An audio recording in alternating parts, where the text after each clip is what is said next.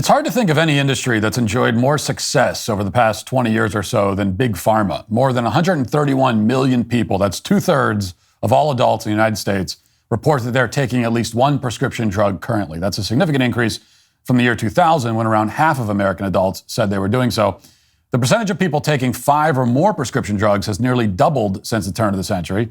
Spending on prescription drugs in that period has more than tripled. Drugs that supposedly treat psychological issues like unhappiness or lack of self-control have done especially well. From 1991 to 2018, SSRI prescriptions increased by over 3,000%. Roughly half the country either takes the potentially mind-altering drug Ozempic to lose weight or knows someone taking it. Now, given Big Pharma's tremendous success, you'd think that by now they would have solved a lot of the health problems facing Americans, or at least made progress in resolving these problems. But the opposite is true. Average life expectancy is declining. Suicide rates are going up. So are the rates of obesity, drug addiction, cancer among young adults. How is that possible? How is the pharmaceutical industry succeeding financially while failing in every other area that matters? How can they have so many people on so many medicines, and yet at the same time, everyone is only getting sicker and less healthy? Part of the answer is that many drugs created by Big Pharma aren't even intended to alleviate health problems anymore. They're designed instead to cause more death and suffering. Big Pharma is churning out record amounts of sterilization drugs, abortion drugs, suicide drugs, especially in Canada, where the government has begun putting down the undesirables who don't even have a terminal illness. They are euthanizing human beings like stray dogs, and hardly anyone is objecting to it. More than half of all abortions are now performed using drugs from pharmaceutical companies. So-called puberty blockers, which can cause lifelong complications, are now prescribed to children under the age of 18, more than twice as often as they were just a few years ago. The rest of Big Pharma's catalog, the drugs that are at least allegedly beneficial to patients' health, have had a lot of marketing behind them. Other than New Zealand, we are the only country that allows drug companies to market directly to consumers. This means that the pharmaceutical industry can sell not just the medication, but also the illness that the medication is supposed to cure. Do you have such and such symptoms? Then you might have this disease. Here's a drug that can help. Diagnosis and prescription in one 30-second advertisement. How convenient. Fortunately for Big Pharma, the U.S. government has also granted them immunity from lawsuits, even when their products injure people, which they quite often do. Maybe the most important single reason for Big Pharma's success, though, is media coverage. And in particular, media coverage that the drug companies have paid for. Pharmaceutical companies recently began spending more on advertising than they do on research and development. In 2020, the year of the great pandemic, Pfizer spent $12 billion on marketing compared to just $9 billion on R&D. Companies like AbbVie and Johnson & Johnson and Bayer and many other pharma companies posted similar numbers. Now, what does all this money buy you? If you turn on any cable or network news channel, you know the answer to that question. It buys incessant advertisements that air during every commercial break. And although the networks, of course, will never admit it, it also buys positive coverage. After all, if the networks criticize Big Pharma, they stand to lose millions in advertising dollars. Every single news report you see on TV is sponsored by Big Pharma. Now, you might have noticed that the entire national news media, kind of staying on this point here, is currently freaking out over the shortage of the drug Adderall. Adderall is manufactured by Teva Pharmaceuticals, although there are competitors that make other versions of the drug. All of a sudden, Adderall is really hard to find. And here's one recent report from ABC Action News on the shortage. And I want you to see and watch how they frame this issue. Listen. A shortage of ADHD medication is leaving some parents in limbo, and they're wondering if they're going to have enough pills to help their children. Yeah, experts say shortages of medications are not rare, but the shortage of ADHD medications is in a category of its own. Our Vanessa Ariza spoke with one mother who says it's a game of roulette when it comes to her daughter's medicine. She also spoke to an expert who may have a better idea of when the problem will slow down. Meet 6-year-old Ayana, a beam of light with a love for lyrics. Her mom, Jessica McBride, says this is her lovable daughter on a good day when she's on her ADHD medication. They finally found one that works well for Ayanna last fall. Within about a week of being on it, she was finally able to memorize her sight words that she'd been working on for months. You know, she was finally her brain was able to slow down enough for her to focus. What will that 6-year-old do without her stimulants? This is a medical crisis. After all, the 6-year-old has trouble sitting still to memorize sight words when she's not drugged, which makes her very similar to almost every other 6-year-old that has ever lived on the planet. But this mother wants her 6-year-old to be less like a 6-year-old because it's very inconvenient to have a 6-year-old acting like a 6-year-old in the home. And that's why she desperately needs the drug. And by she, I mean the mother, not the child. The mother needs the child to be drugged so that the child is not such a burden on her, the mother. The anchor says that the shortage of ADHD medication is leaving parents wondering, quote, if they're going to have enough pills to help their children. But of course, ADHD drugs for kids are really meant to help the parents. Think about what a revealing line that is, though, for a moment. Well, there's 2 lines there. The first is about the sight words. By the way, if your 6-year-old has not memorized all of her sight words in a few months, that's normal. That is a normal 6-year-old thing. I've had 3 6-year-olds. I know what I'm talking about. We are days away from the Durban Accords, the greatest threat to the U.S. dollar's global dominance in the past 80 years. On August 22nd, the BRICS nations are expected to announce the launch of a new international supercurrency fully backed by gold or other commodities. This is part of their long-term plan to supplant the U.S. and the dollar as cornerstones of the global financial system. You can protect your IRA or 401k from the fallout from this landmark announcement by diversifying with gold from Birch Gold. Historically, gold has been a safe haven at times of high uncertainty, which is right now. When currencies fail, gold is a safe haven. How much more time does the dollar have? Protect your savings with gold. Birch Gold has an A+ rating with the Better Business Bureau and thousands of happy customers. Find out why by texting Walsh to 989898 and get your free info kit on gold. If a central bank digital currency becomes a reality, it'll be nice to have some gold to depend on. Again, text Walsh to 989898.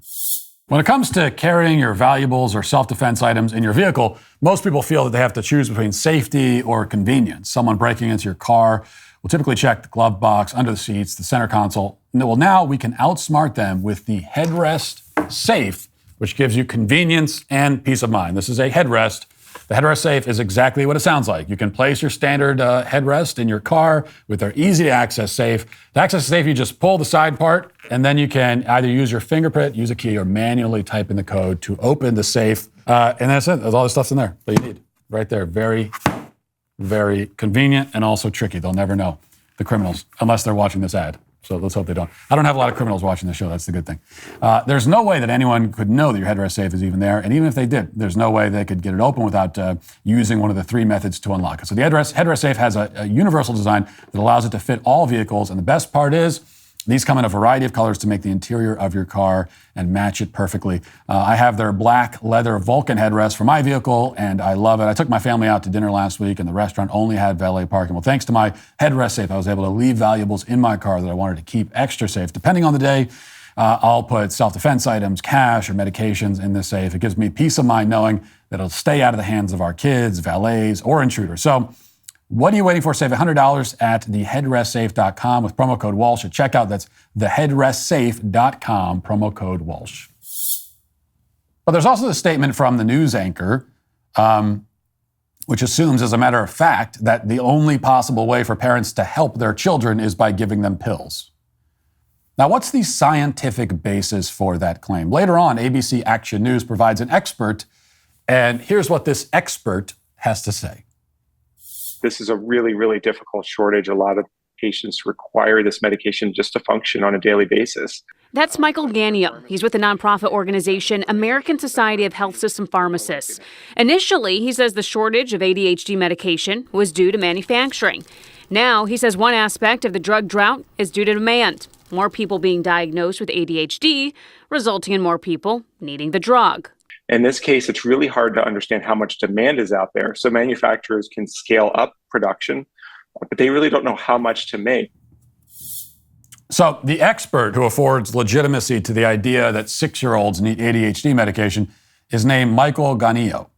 He's with the American Society of Health System Pharmacists. He says that a lot of patients, quote, require this medication just to function on a daily basis. Therefore, he says the ADHD shortage is very difficult. Soon we might have an epidemic of 6-year-olds not memorizing sight words. Think of the devastation. Now, what's left unstated in that report is that the American Society of Health System Pharmacists is sponsored by Big Pharma. They admitted on their website. The most recent mid-year conference lists Pfizer as a platinum sponsor. So these are the experts that the pharmaceutical industry launders through so-called news reports in order to convince you that ADHD is a real disorder and that your kid has it and needs the drugs. This is the quality of medical professional they throw on television to tell you that your 6-year-old needs a lifetime supply of psychiatric medication so that she'll be docile and compliant, as if that's how a 6-year-old is supposed to be. But these experts are really PR people. Okay, this is marketing they're doing. As if to prove that point, the same expert, Michael Ganillo, popped up in a PBS News article on Adderall. It's entitled, "A Perfect Storm Led to an ADHD Medication Shortage. Here's why." Once again, the expert explains that the Adderall shortage is really frustrating, presumably because patients desperately need the drug. PBS agrees. They reported that millions who rely on the drugs have been left with uncertainty, frustration, and bureaucratic hassles. National Geographic was even more melodramatic. They wrote, quote, "As Adderall shortage continues, people with ADHD struggle to stay afloat." The article quotes an adult who says that, who's been diagnosed with ADHD, and he says that, quote, "It doesn't take much for us to drown." National Geographic added that, quote, "Some adults with ADHD are now forced to navigate life while unmedicated." Oh man, can you imagine? American adults are having to figure out how to navigate life without their regular dose of stimulants? God forbid. The horror, navigating life unmedicated. How will you ever do it? I mean, how can these people possibly live and deal with normal distraction and boredom without their chemical crutches? Now, of course, prior to the invention of ADHD medicine and ADHD itself, everybody lived without these drugs and not one single person died because of it. Yet now a shortage of these drugs, the ones that everyone was fine without since forever, represents some kind of existential crisis. People are drowning without them. And this is how a pharmaceutical company wants you to feel. They want you to feel that this drug they're giving you is a life raft that you have to cling to, and if you don't have it, you will drown somehow. The Biden administration, of course, agrees that this is a major problem. They want everybody hopped up on as many drugs as possible. Accordingly, CNN reports that the FDA and DEA are now calling on drug makers to boost manufacturing amid ongoing shortages of prescription stimulants. CNN blamed the shortage on the, quote, "surge in demand for prescription stimulants during the COVID-19 pandemic, especially among adults."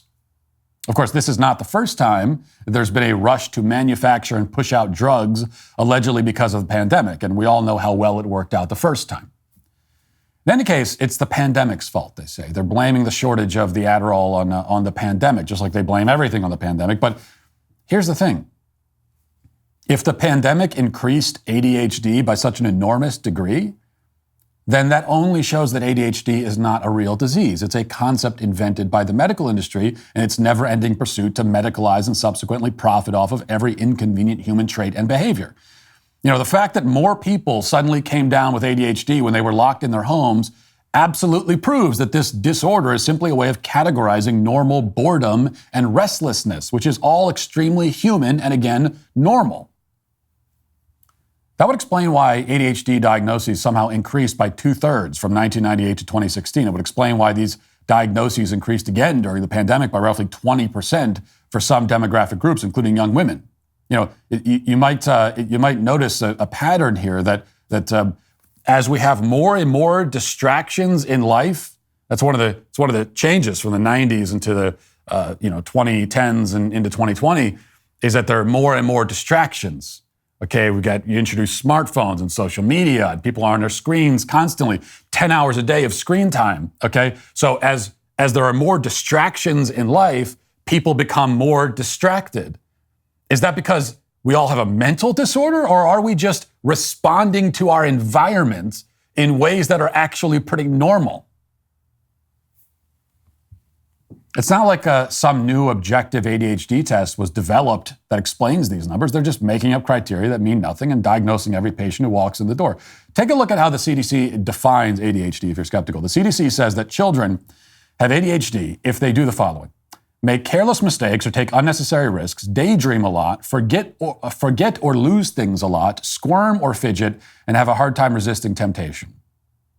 My God, The epidemic is worse than I thought. I mean, apparently literally every child who has ever lived on Earth is infected. Apologists will try to claim that the diagnostic criteria isn't really that broad. There are other ways of determining whether a child really has it or not. They'll even claim that ADHD can be detected in the brain with brain scans. And yet you'll notice something, that the disorder is never diagnosed with brain scans. Why is that? Supposedly it's in the brain, you can see it in the brain, then why don't you diagnose it that way? You don't need to talk to a psychologist, a therapist, anybody, counselor. There's no conversation. Take a child to get a brain scan. But they never diagnose it that way, ever. That's because it really is as broad as it seems. Every child can be diagnosed with it, every single one. If you want your child to have it, they have it. If you want the drugs, you can get them. Apart from the shortage, of course. You can indeed diagnose every kid on the planet with ADHD, just like you can diagnose every unhappy, masked, middle-aged woman with long COVID. The diagnosis is about as rigorous. That's because ADHD, like long COVID, is not a real medical diagnosis. It is a category error. Okay, these are real human behaviors. ADHD describes a set of real human behaviors, real human traits. But then the determination has been made by the medical industry, by the pharmaceutical industry that profits off of this determination to categorize these behaviors and traits as disordered. That is a value judgment on their part. It's not a medical judgment. And it's the value judgment is, people shouldn't act this way. It's bad to act this way or be this way. So which all amounts to this being a made-up illness that's used to describe normal human responses to a modern environment which is filled with distractions. The solution, which no one ever talks about because it wouldn't make Big Pharma any money, is to either change your environment to the extent that you can, or learn to deal with it, learn to cope with it. If everyone did that, it's very possible that the pharmaceutical companies would lose money. In fact, a lot of money.